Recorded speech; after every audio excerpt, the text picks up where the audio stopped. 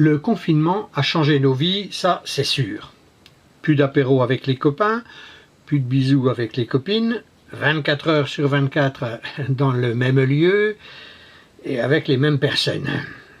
Le confinement, quoi. Pourtant, puisqu'on vit différemment, on agit aussi différemment. On a le temps.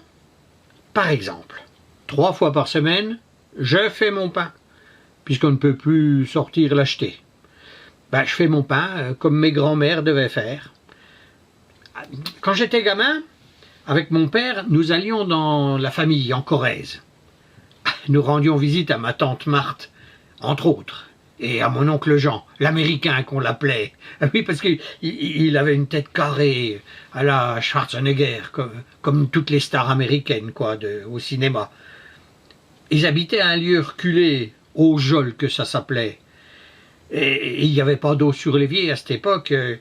Il fallait aller puiser l'eau dans un seau, au puits, et puis le seau était posé sur l'évier, et puis pour se servir à boire ou pour se laver les mains, on utilisait la couenne, la queue.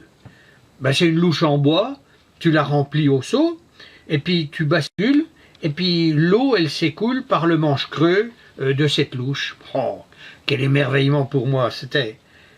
Mais il y avait aussi le cantou, la grande cheminée profonde, la saminade, en patois de là-bas, avec le feu éternel, la grosse marmite suspendue à la crémaillère où mijote la choupa, la soupe. Et puis mon principal jouet de l'époque, le soufflet. Ah, j'attisais le feu tel un forgeron au grand désespoir de ma grand-mère. « Ouais, petit, prénia pas le soufflet !» Mais il y avait aussi une grande armoire basse qui s'ouvrait par le dessus. Le pétrin, la maie, en patois, la mât.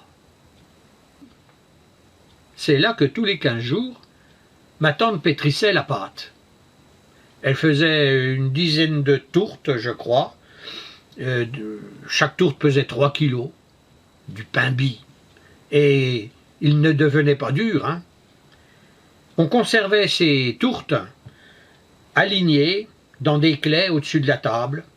Elle ratillait, comme il disait, le râtelier. Je pense à tout ça quand je fais mon pain. Je retrouve les gestes de mes ancêtres.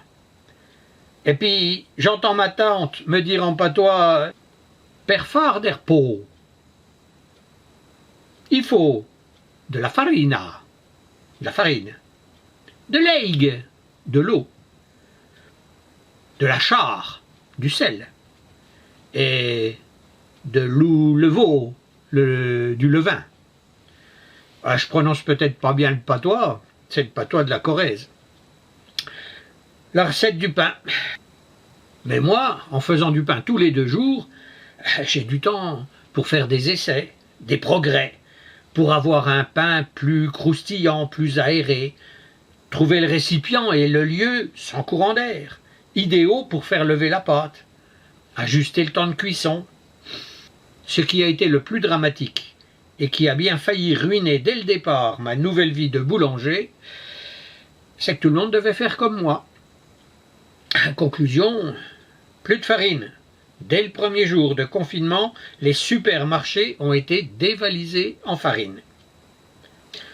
Mais le confinement peut faire le malheur des uns et le bonheur des autres. En racontant mes malheurs fariniers à ma fille, par téléphone bien sûr, elle me dit « Mais papa, moi j'habite près d'un moulin artisanal. Et leurs clients habituels, les pizzaiolos, les boulangers, les pâtissiers, n'achètent plus de farine à cause du confinement. Aussi les meuniers ont décidé de faire de la vente aux particuliers pour continuer de vivre. » Oh, je me suis empressé de répandre l'information auprès de mes voisins. Nous avons fait une première commande de 20 kilos de farine qui nous a été livrée rapidement. Finalement, quand je fais mon pain tous les 2 jours, je ne suis pas seul. Il y a plein de monde autour de moi, dans ma cuisine. Les cousins d'autrefois qui m'assistent, et puis les voisins d'aujourd'hui qui pétrissent la même farine que la mienne. Finalement, le confinement nous a mis dans le pétrin, et c'est bien. C'est nous les gars de la farine. Vive le confinement. Allez, vous avez la bise du Jean.